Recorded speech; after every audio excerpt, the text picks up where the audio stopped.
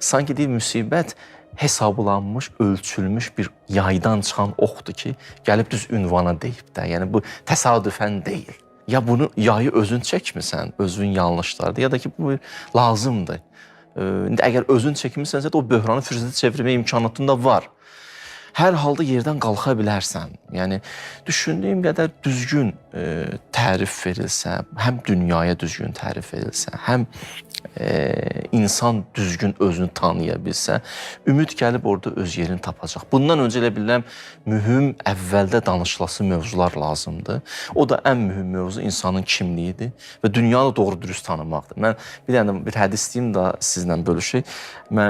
Hədis belə idi ki, deyir ki, təxminən məğzin deyirəm də deyir, problemləri, çətinlikləri minimuma endirmək olar, amma sıfıra düşürtmək qeyri-mümkün. Yəni, sən çətinliklərin içindən olmalısan, ayağa qalxmalısan və hərəkət eləməlisən və ümidin olmalıdır ki, çıxa bilərəm bu vəziyyətdən, düşdüyüm yerdən qalxa bilərəm və belə insan hərəkət eləməyə başlayır.